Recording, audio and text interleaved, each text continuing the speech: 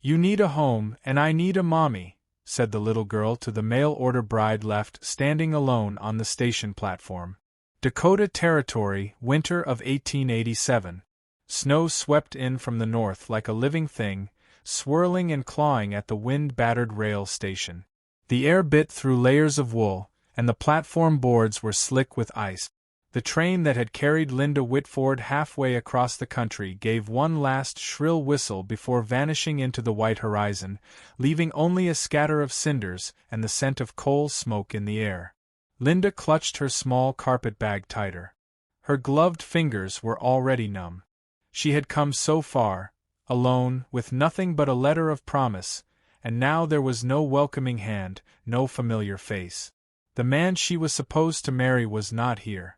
The platform was nearly deserted, except for a telegraph operator huddled in his office and a stocky man loading freight in the distance.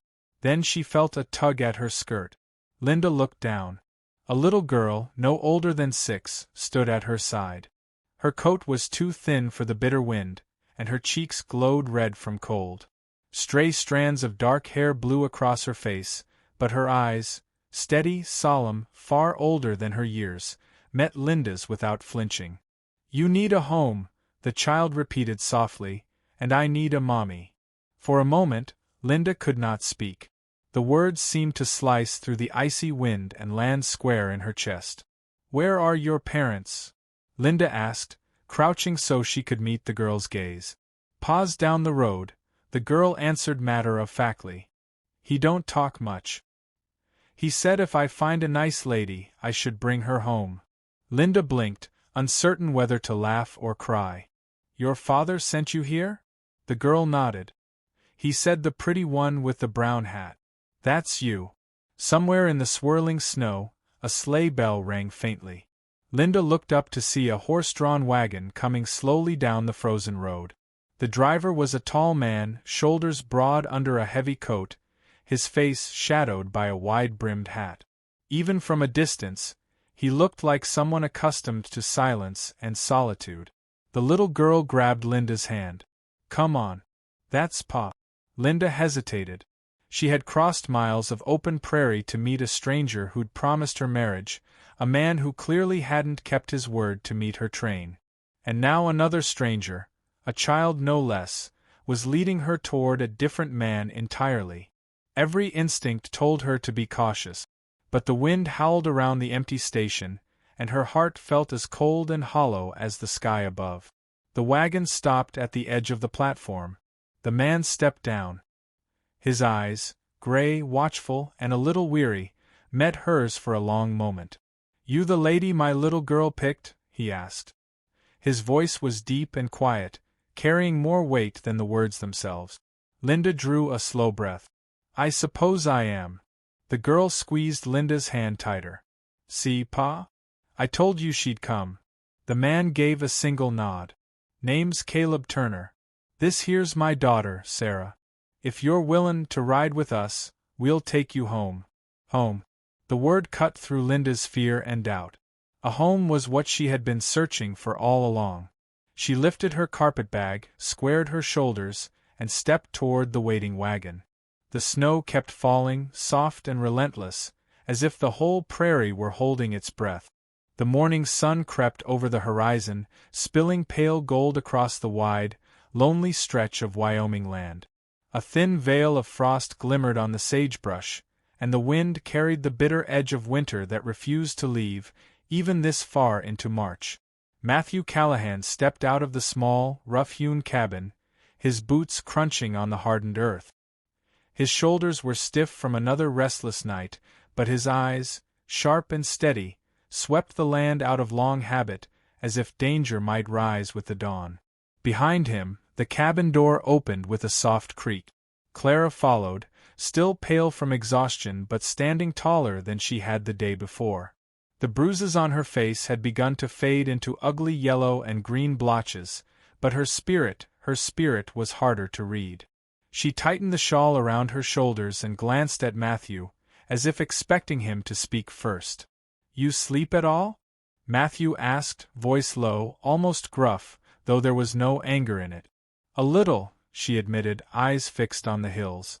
I kept thinking about going back. You're not going back, Matthew said flatly. He didn't raise his voice, but there was an iron finality in the way he said it. Clara hesitated. I don't want to bring you trouble. You already have, Matthew said, though there was no bitterness, only fact. But I chose it. He looked toward the barn, then back at her. You hungry? She nodded. Yes, but I can make breakfast. It's the least I can do. Matthew's brow furrowed, as if he wasn't used to anyone offering him anything. All right, he said at last, stepping aside. There's bacon and flour inside. Coffee's already ground.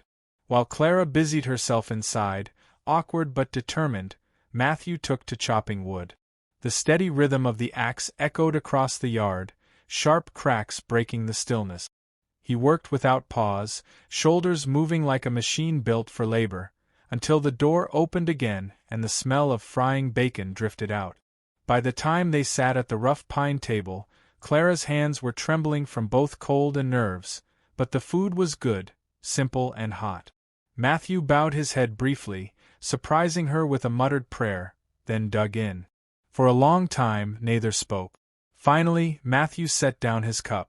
I'll have to go into town today, he said. Get feed. You stay here. Clara looked uneasy. What if someone comes? They won't, Matthew said. And if they do? He nodded toward the rifle propped by the door. You know how to use one? Clara hesitated, then nodded. My pa taught me. Good, he said simply. The ride into town was uneventful, but Matthew felt eyes on him the moment he reached the general store. People had been talking, about the bruised woman he'd brought home, about the men who'd come looking for her. Trouble was brewing, and in places like this, trouble never stayed quiet for long. Morning, Callahan, the storekeeper said carefully, weighing out oats. Heard you took someone in. Matthew's jaw tightened. You hear a lot of things. Just making conversation. The man's eyes darted nervously toward the door. Some folks don't like strangers, especially strangers with enemies. Matthew paid in silence, loaded his supplies, and rode back faster than he came. The wind bit harder now, clouds gathering on the far edge of the sky. When he returned, Clara was waiting outside, her hands folded tight, watching the road like she expected bad news to come riding with him. Everything all right? She asked quickly. For now, Matthew said. But we'll need to be careful. She swallowed hard, as if she wanted to ask what would happen if careful wasn't enough. But she said nothing, and Matthew didn't press her. The silence between them was not unfriendly. It was the kind of silence that comes when two people understand there's more to say than either of them is ready to speak aloud. That evening, as the wind rose and the lantern flickered low, Matthew checked the door twice and set his rifle within reach of the bed. Clara slept in the loft above, curled in blankets, staring into the darkness long after Matthew's breathing grew steady and slow. She didn't feel safe yet. Not truly. But for the first time in a long while, she didn't feel entirely alone. The wind was sharp that morning, the kind that cut straight through wool and leather and stung the skin like needles. John McAllister stepped out onto the porch of his small ranch house, his boots creaking against the frost-stiffened boards. He could see his breath in the pale dawn light. Somewhere in the barn, the horses stamped and snorted, impatient for feed. He had grown used to hard mornings, but today carried a weight of decision. Inside, by the cold ashes of last night's fire, Linda Whitford still slept, curled tight beneath an old quilt that barely reached her shoulders. The little girl, Emma, had wedged herself close to Linda's side in search of warmth, her tiny hand still clutching a corner of the blanket as if afraid it might vanish. John's jaw tightened as he watched the thin trail of smoke rising from the neighboring ridge. Someone else was out early, probably one of the Benson boys checking their traps. This land was wide and lonely, but word traveled faster than snowmelt in spring. It wouldn't be long before folks started talking about the stranger in his house. He went back inside, boots thudding softly on the plank floor. Linda stirred at the sound, her eyes opening just enough to register him standing in the doorway. "You're up early," she murmured, her voice hoarse from sleep. "Cattle don't wait," John replied. He hung his coat on a peg and knelt by the stove. "Fire's dead. I'll get it going." Linda sat up slowly, careful not to wake Emma. Her hair was loose, falling over her shoulders in soft, dark waves. She looked tired but not defeated. "I can do that," she offered, already swinging her legs off the bed. "You rest," John said firmly. "Long ride yesterday. You're not used to it." For a moment she looked as though she might argue, then simply nodded. She wasn't used to kindness, not the sort that came without a price. By the time breakfast was ready, cornbread, a few strips of salt pork, and weak coffee, the sun had pushed over the horizon, painting the snow a dull gold. Emma woke to the smell of food, blinking in confusion before breaking into a shy smile when she saw John. "You eat first, little one," he said, passing her a plate. They ate mostly in silence, the only sound the crackle of the fire and the faint creak of the rafters in the wind. But silence wasn't uncomfortable, it was something solid, like the earth under their feet. Afterward, John pulled on his coat. "I've got to check the south fence. Storm last week knocked a few posts loose. I'll be back by noon." Linda looked up. "Should I stay here?" "Safer than following me out there," John said. Then, after a pause, lock the door behind me. If anyone comes by, don't answer unless you know who it is. The seriousness in his voice made her stomach tighten. "Do you expect someone?" "Just being careful," he said. "Around here, strangers attract questions. Sometimes worse." When the door closed behind him, the little house seemed too quiet. Linda set about tidying the place, sweeping the floor and washing the dishes in cold water from the bucket. Emma followed her, chattering softly about the horses she'd seen in the barn. Hours passed slowly. The sun climbed higher, then slipped behind a veil of cloud. Linda tried not to worry, but every distant sound, a rifle shot echoing off the hills, the faint bark of a dog, made her heart skip. It was near midday when John returned, snow crusted on his boots, his shoulders stiff with cold. But his expression was unreadable. He set his gloves on the table and looked at Linda with an intensity that made her breath catch. "We may have trouble," he said quietly. "What kind of trouble?" "Benson boys saw smoke from this place. They'll be asking questions. They don't like strangers much." Emma clutched Linda's skirt, sensing the tension. John glanced at the child, then back at Linda. "You and the girl need to stay inside until I say otherwise. And if anyone comes to the door, anyone, you don't open it." Linda nodded, though fear curled in her chest. She had been running for weeks, but trouble always seemed to find her. And now it was coming here, to the one man who had offered her shelter. John's hand brushed the butt of the Colt at his hip. "Don't worry," he said, though his tone carried more resolve than reassurance. "They'll have to go through me first." The snow had not stopped for 3 days. The wind howled down from the high ridges, slamming against the windows of the small ranch house as if trying to get inside. Inside, the air was warm with the heat of the wood stove, but an undercurrent of tension ran through the room. Linda Whitford sat by the fire, her hands folded tightly in her lap, listening to the shriek of the storm outside. Across the room, Jacob McAllister stood by the table, looking over a ledger, though it was clear he wasn't really seeing the words. His jaw was set, his shoulders stiff, and there was a heaviness in the air between them that neither of them spoke of. Little Sarah sat on the floor, carefully arranging the few battered toys she had brought with her, humming softly to herself. Every so often, she would glance between the two adults, her young face showing confusion she didn't voice. The sound of the wind masked almost everything, but when the horses in the barn whinnied sharply, Jacob's head jerked up. "Something's wrong," he muttered. He grabbed his coat from the peg by the door. Linda rose at once. "You can't go out there, not in this blizzard." "I don't have a choice," Jacob cut her off. His voice was tight. "If the roof gives in or the drift gets too high, we'll lose them. I'll just check and be back." He was gone before she could argue, slamming the door against the wind. The sudden silence in the house made Linda's heart pound harder. She crossed to the window, but the snow was so thick she could barely see 3 feet beyond the glass. It was as though the world outside had vanished. Minutes dragged. The wind rose to a shriek, rattling the shutters. Sarah looked up from her toys. "Is he coming back?" she asked softly. Linda forced a smile. "Of course he is," she said, though her voice wavered. "He knows what he's doing." But the minutes stretched into half an hour, then more. Fear gnawed at her. She paced the room, glancing at the clock, then at the door, willing it to open. When it finally did, the wind slammed in with Jacob.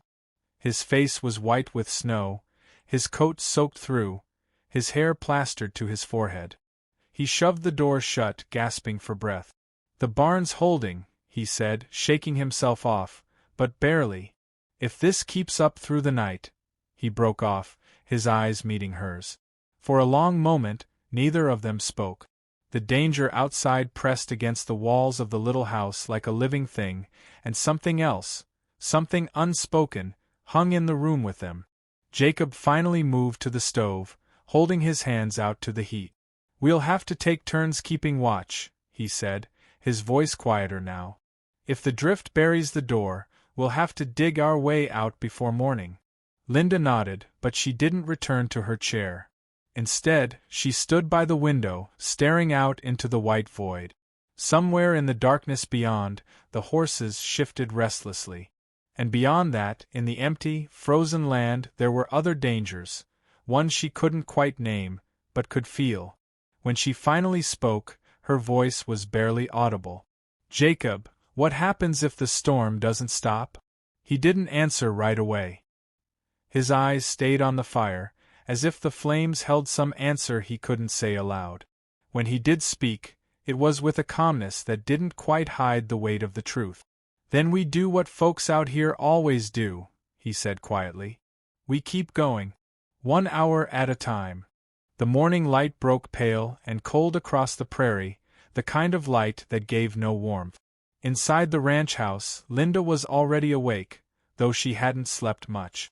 The events of the past days weighed on her mind like a heavy saddle on a thin horse. She dressed quickly, buttoning her wool bodice with trembling fingers, and stepped into the kitchen to start the fire. By the time the first sparks caught on the kindling, the door opened and John came in from the yard. His boots were frosted, his shoulders dusted with snow. He nodded to her silently, and she nodded back. That was the way of things between them, quiet, steady, unspoken. "Coffee?" she asked softly. He only grunted his answer, but she poured a steaming cup and set it in front of him. They sat in the hush, the only sound the soft hiss of the fire. Finally, John broke the silence. "Sheriff rode out early. Said he'd check the northern pass." His voice was low, edged with something hard. "If those men are out there, they won't get far." Linda looked down at her hands, clasped tight around her own cup. "Do you think they'll come back?" John's jaw tightened.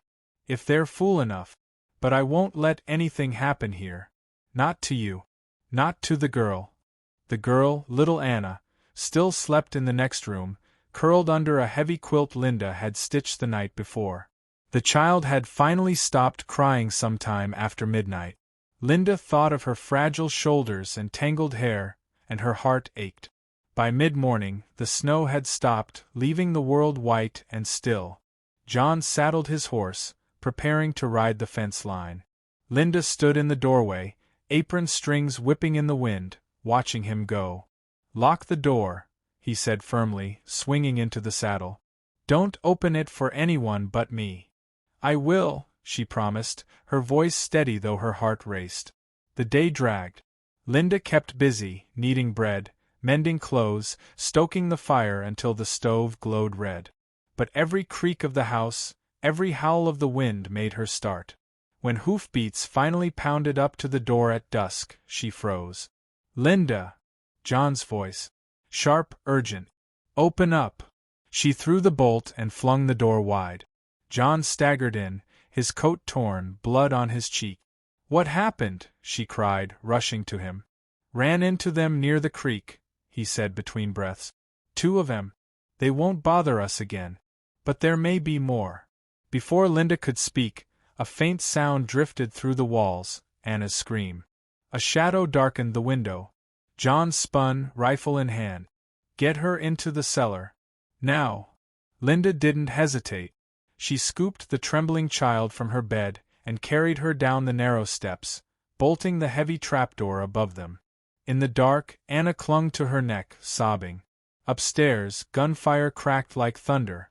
The smell of smoke and powder seeped down through the floorboards.